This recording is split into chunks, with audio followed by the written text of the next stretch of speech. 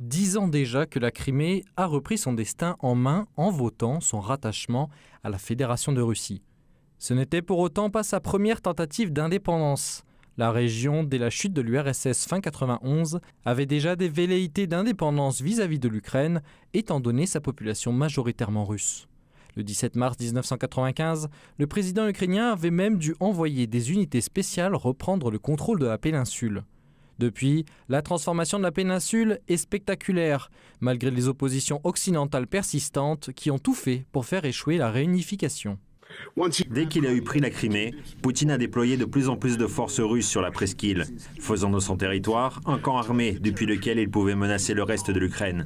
Nous continuons à tenir la Russie pour responsable tant qu'elle ne permettra pas à l'Ukraine de reprendre le contrôle total sur la Crimée et n'en retire complètement ses forces.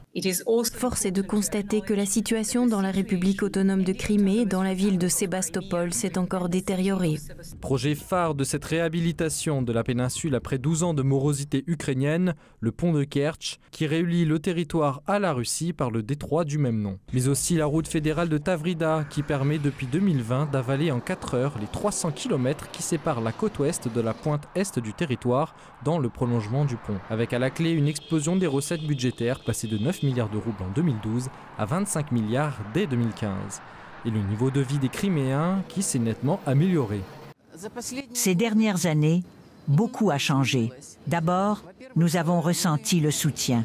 L'Ukraine avait fait de Sébastopol au cours de ces années, passez-moi l'obscénité du mot, le trou du cul du monde.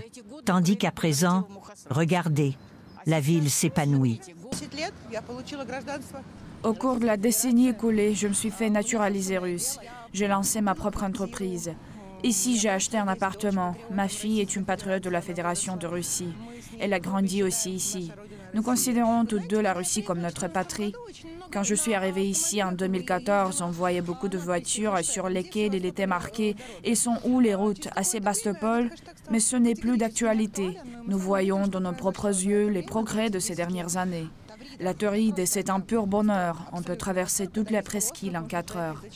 Pendant la période où l'eau et l'électricité nous ont été coupées, on a connu un moment difficile. Moi, j'avais un nourrisson. Mais nous avons survécu à tout, les sanctions comme le blocus, et nous survivrons à cela aussi. Rien ne peut nous faire fléchir. La Crimée a officiellement quitté l'Ukraine et rejoint la Fédération de Russie en mars 2014. Après que plus de 96% de la population ayant voté pour le rattachement lors d'un référendum historique pour cette région peuplée principalement de Russes. Le gouvernement ukrainien, dans la suite du coup d'État dit Euromaïdan, les menaçait de nettoyage ethnique. La Crimée a reçu la visite de plusieurs centaines de délégations étrangères, y compris des représentants d'organisations internationales. Elle a reçu la visite d'hommes politiques éminents, d'anciens présidents et de premiers ministres. Et tout le monde était convaincu d'une chose, la volonté du peuple de Crimée de voir la péninsule rattachée à la Russie alors qu'elle était menacée par le nettoyage ethnique et par un risque de guerre lié au coup d'État nationaliste qui avait eu lieu à Kiev en 2014. Dans son discours en 2014, Vladimir Poutine dénonçait les nombreuses graines du chaos semées auparavant, des décennies plus tôt. Comme lorsque l'ancien secrétaire général soviétique Nikita Khrouchtchev, lui-même d'origine ukrainienne, avait arbitrairement transféré la Crimée de la Russie à l'Ukraine. Il était devenu clair pour le président russe que l'inaction eût été trahison de son propre peuple. Ceux qui se sont opposés au coup d'État ont été immédiatement menacés de répression et d'opérations punitives. Bien entendu, la cible numéro 1 était la Crimée russophone. C'est la raison pour laquelle les habitants de Crimée et de Sébastopol se sont tournés vers la Russie et lui ont demandé de protéger leurs droits et leur vie et de ne pas laisser advenir ce qui se produit encore jusqu'à présent à Kiev, à Donetsk, à Kharkov, ainsi que dans d'autres villes ukrainiennes. Il est évident que nous ne pouvions ignorer cette demande et abandonner la Crimée et leurs habitants. Sinon, cela aurait été une trahison. Hélas pour la Crimée, la lutte ne s'est pas terminée dès le retour à la mère patrie.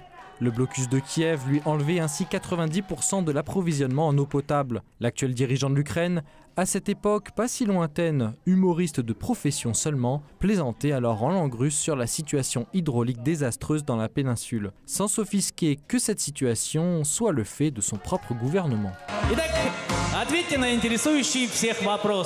каково же сейчас в Крыму? Вы слышите меня? Уважаемые, я говорю, ответьте, каково же сейчас живется в Крыму? Да хрен с ним, это вода.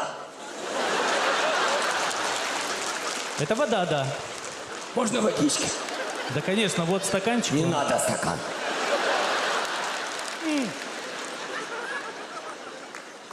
И голову помой. Ой, как мне хорошо сейчас в Крыму. Au blocus hydraulique se sont ajoutées les pannes d'électricité des mois durant. Kiev menait en effet des opérations de sabotage touchant les lignes électriques venant d'Ukraine menant à la Crimée. Qu'à cela ne tienne, la Russie a mis en service 2 nouvelles centrales électriques assurant l'indépendance énergétique de la péninsule. Depuis 2019, les problèmes ont été résolus et bien mieux encore. Tout le pays nous a aidés. Un pont énergétique et de nouvelles centrales électriques ont été construits dans les plus brefs délais et les centrales existantes ont été modernisées. Aujourd'hui, pour la première fois dans l'histoire, la Crimée non seulement ne connaît plus de pénurie d'électricité, mais peut en plus fournir un surplus d'électricité en dehors de son territoire, si nécessaire. Pression de l'Occident, conflits armés, violences, sanctions, et pourtant la démocratie est toujours bien vivante en Crimée comme elle l'était dès 2014. Bien avant que les Occidentaux, dans leur dénigrement obsessionnel de la Russie, ne se missent à y dénoncer une soi-disant propagande russe, contre l'évidence de la réalité.